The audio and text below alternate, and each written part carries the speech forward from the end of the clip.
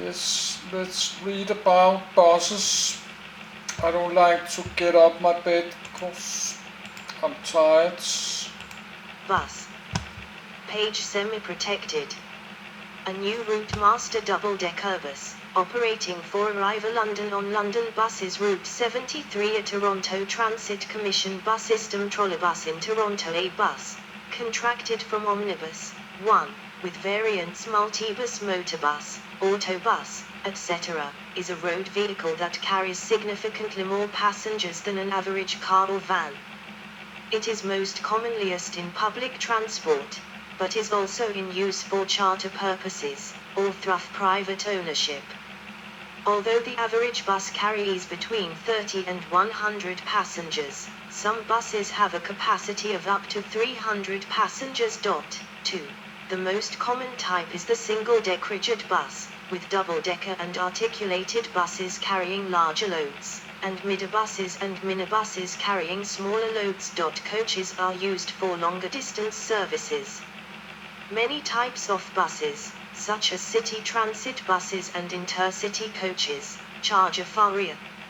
Other types, such as elementary or secondary school buses or shuttle buses within a post-secondary education campus, are free. In many jurisdictions, bus drivers require a special large vehicle license above and beyond a regular driving license. Buses may be used for scheduled bus transport, scheduled co-transport, school transport, private hire, or tourism. Promotional buses may be used for political campaigns, and others are privately operated for a wide range of purposes, including rock and pop and tour vehicles. Horse-drawn buses were used from the 1820s, followed by steam buses in the 1830s, and electric trolleybuses in 1882. The first internal combustion engine buses, or motor buses, were used in 1895. 3. Recently, interest has been growing in hybrid electric buses, fuel cell buses, and electric buses, as well as buses powered by compressed natural gas or biodiesel. As of the 2010s, bus manufacturing is increasingly globalized, with the same designs appearing around the world. Name.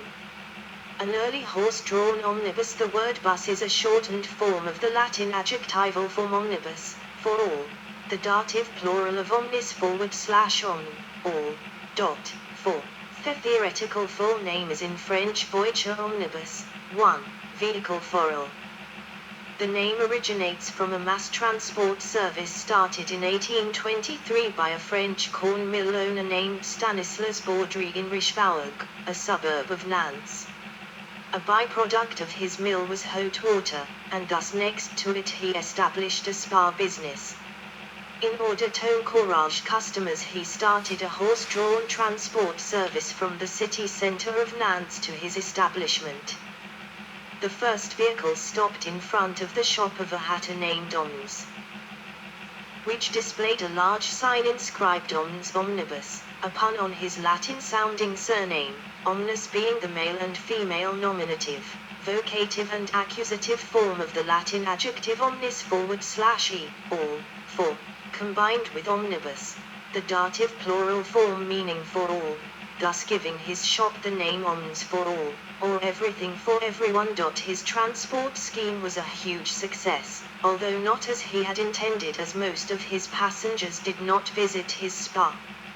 He turned the transport service into his principal lucrative business venture and closed the mill and spa. 5. Nantes citizens soon gave the nickname omnibus to the vehicle. 1. Having invented the successful concept, Baudry moved to Paris and launched the first omnibus service there in April 1828. 1. A similar service was introduced in Manchester in 1824 and in London in 1829. 6, 7, 8. History. Steam buses. Amédée Bollées Elabie-Santi, 1875. Regular intercity bus services by steam-powered buses were pioneered in England in the 1830s by Walter Hancock and the associates of Sir Goldsworthy Gurney, among others. run agreeable services over road conditions which were too hazardous for horse-drawn transportation. The first mechanically propelled omnibus appeared on the streets of London on the 22nd of April 1833. 9. Steam carriages were much less likely to overturn. They travelled faster than horse-drawn carriages. They were much cheaper to run, and caused much less damage to the road surface due to their wide tyres. 10. However, the heavy road tolls imposed by the turnpike trusts discouraged steam road vehicles and left few clear for the horse bus companies, and from 1861 onwards, harsh legislation virtually eliminated mechanically propelled vehicles from the roads of Great Britain for 30 years. The Locomotive Act 1861 imposing restrictive speed limits on road locomotives of 5 miles per hour, 8.0 kilometers per hour, in towns and cities, and 10 miles per hour, 16 kilometers per hour, in the country. 11. Trolleybuses. World's first trolleybus. Berlin 1882. In parallel to the development of the bus was the invention of the electric trolleybus, typically fed through trolley poles by overhead wires. The Siemens brothers, William in England and Ernst Werner in Germany, collaborated on the development of the trolleybus concept.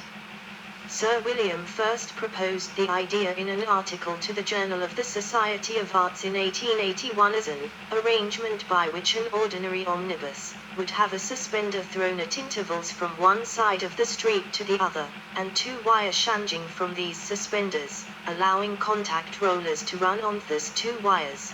The current could be conveyed to the tramcar, and back again to the dynamo machine at the station, without the necessity of running upon rails at all. 12. The first such vehicle, the Electromote, was made by his brother Dr. Ernst Werner von Siemens and presented to the public in 1882 in Halensee, Germany. 13. Although this experimental vehicle fulfilled all the technical criteria of a typical trolleybus, it was dismantled in the same year after the demonstration. 14. Max Schiemmann opened a passenger-carrying trolleybus in 1901 near Dresden, in Germany. Although this system operated only until 1904, Schiemmann had developed what is now the standard trolleybus current collection system. In the early days, a few other methods of current collection were used. Leeds and Bradford became the first cities to put trolleybuses into service in Great Britain on the 20th of June 1911. Motor buses. The first internal combustion omnibus of 1895, Siegen to Netphen, in Siegerland, Germany.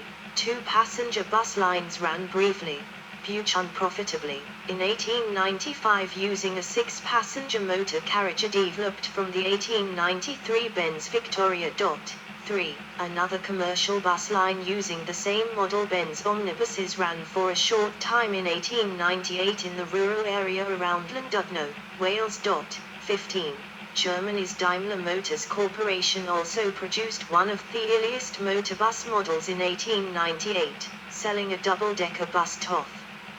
Motor Traction Company, which was first used on the streets of London on the 23rd of April 1898. 16. The vehicle had a maximum speed of 18 km per hour, 11.2 miles per hour, and accommodated up to 20 passengers, in an enclosed area below and on an open-air platform above. With success and popularity of this bus, DMG expanded production, selling more buses to companies in London and, in 1899, to Stockholm and Speyer. 16. Daimler Motors Corporation also entered into a partnership with the British company Milnes and developed a new double-decker in 1902 that became the market standard. Olilgok B-Type. Their first mass-produced bus model was the B-Type double-decker bus, designed by Frank Soule and operated by the London General Omnibus Company. It entered service in 1910, and almost 3,000 had been built by the end of the decade. Hundreds of them saw military service on the Western Front during the First World War. 17. Daimler CC Bus 1912. One of 5, English. Daimler Company buses exported to Australia. The Yellow Coach Manufacturing Company, which rapidly became a major manufacturer of buses in the US, was founded in Chicago in 1923 by John D. Hertz. General Motors purchased a majority stake in 1925 and changed its name to the Yellow Truck and Coach Manufacturing Company. GM purchased the balance of the shares in 1943 to form the GM Truck and Coach Division. Models expanded in the 20th century, leading to the widespread introduction of the contemporary recognizable form of full-size buses from the 1950s. The AC Routemaster, developed in the 1950s, was a pioneering design and remains an icon of London to this day. 18. The innovative design used. Lightweight aluminium and techniques developed in aircraft production during World War II. 19. As well as a novel weight-saving integral design, it also introduced for the first time on a bus independent front suspension, power steering, a fully automatic gearbox, and power hydraulic braking. 20. Types. Interior of an articulated bus in Los Angeles. Formats include single-decker bus, double-decker bus, both usually with a rigid chassis, and articulated bus, or bender bus, the prevalence of which varies from country to country. High-capacity articulated buses are also manufactured, and passenger-carrying railers either towed behind a rigid bus, a bus trailer, or hauled as a trailer by a truck, a trailer bus. Smaller minibuses have a lower capacity and open-top buses are typically used for leisure purposes. In many new fleets, particularly in local transit systems, a shift to low-floor buses is occurring, primarily for easier accessibility. Coaches are designed for longer distance travel and are typically fitted with individual high-backed reclining seats, seat belts, toilets and audio-visual entertainment systems, and can operate at higher speeds with more capacity for luggage. Coaches may be single or double-deckers, articulated, and often include a separate luggage compartment under the passenger floor. Guided buses are fitted with technology to allow them to run in designated guideways, allowing the controlled alignment at bus stops and less space are taken up by guided lanes than conventional roads or bus lanes. Bus manufacturing may be by a single company, an integral manufacturer, or by one manufacturer's building a bus body over a chassis produced by another manufacturer. Design. Accessibility. High-floor bus with wheelchair ramp. Extended transit buses used to be mainly high-floor vehicles. However, they are now increasingly of low-floor design and optionally also need air suspension and have ramps to provide access for wheelchair users and people with baby carriages, sometimes as electrically or hydraulically extended underfloor constructs for level access. Prior to more general use of such technology, these wheelchair users could only use specialist paratransit mobility buses. Accessible vehicles also have wider entrances and interior gangways and space for wheelchairs. Interior fittings and destination displays may also be designed to be usable by the visually impaired. Coaches generally use wheelchair lifts instead of low-floor designs. In some countries, vehicles are required to have these features by disability discrimination laws. Configuration. Buses were initially configured with an engine in the front and an entrance at the rear. With the transition to man operation, many manufacturers moved to mid or rear engine designs, with a single door at the front or multiple doors. The move to the low-floor design has all but eliminated the mid-engine design, although some coaches still have mid-mounted engines. Front-engined buses still persist for niche markets such as American school buses, some minibuses, and buses in less developed countries, which may be derived from truck chassis, rather than purpose-built bus designs. Most buses have 2 axles, while articulated buses have 3. Guidance. Guided buses are fitted with technology to allow them to run in designated guideways, allowing for controlled alignment at bus stops and less space taken up by guided lanes than conventional roads or bus lanes. Guidance can be mechanical, optical, or electromagnetic. Extensions of the guided technology include the guided light transit and translower systems, although these are more often termed rubber tire trams as they have limited or no mobility away from their guideways. Liveries. Transit buses are normally painted to identify the operator or a route, function, or to demarcate low-cost or premium service buses. Liveries may be painted onto the vehicle, applied using adhesive vinyl technologies, or using decals. Vehicles often also carry bus advertising or part or all of their visible surfaces, as mobile billboard. Campaign buses may be decorated with key campaign messages. These can be to promote an event or initiative. Propulsion. The most common power source since the 1920s has been the diesel engine. Early buses, known as trolleybuses, were powered by electricity supplied from overhead lines. Nowadays, electric buses often carry their own battery, which is sometimes recharged on stops/stations to keep the size of the batteries lightweight. Currently, interest exists in hybrid electric buses, fuel cell buses, electric buses, and one is powered by compressed natural gas or biodiesel. Gyro buses, which are powered by the momentum stored by a flywheel, were tried in the 1940s. Dimensions. United Kingdom and European Union maximum length, single rear axle 13.5 meters, 44 feet 312 in. Twin rear axle 15 meters, 49 feet 212 in. Maximum width, 2.55 meters, 8 feet 438 in. United States, Canada and Mexico maximum length, none maximum width, 2.6 meters, 8 feet 638 in. Manufacture. Early bus manufacturing grew out of carriage coach building, and later out of automobile or truck manufacturers. Early buses were merely a bus body fitted to a truck chassis. This body and chassis approach has continued with modern specialist manufacturers, although there also exist integral designs such as the Leyland National where the two are practically inseparable. Specialist builders also exist and concentration building buses for special uses or modifying standard buses into specialized products. Integral designs have the advantages that they have been well tested for strength and stability, and also are off the shelf.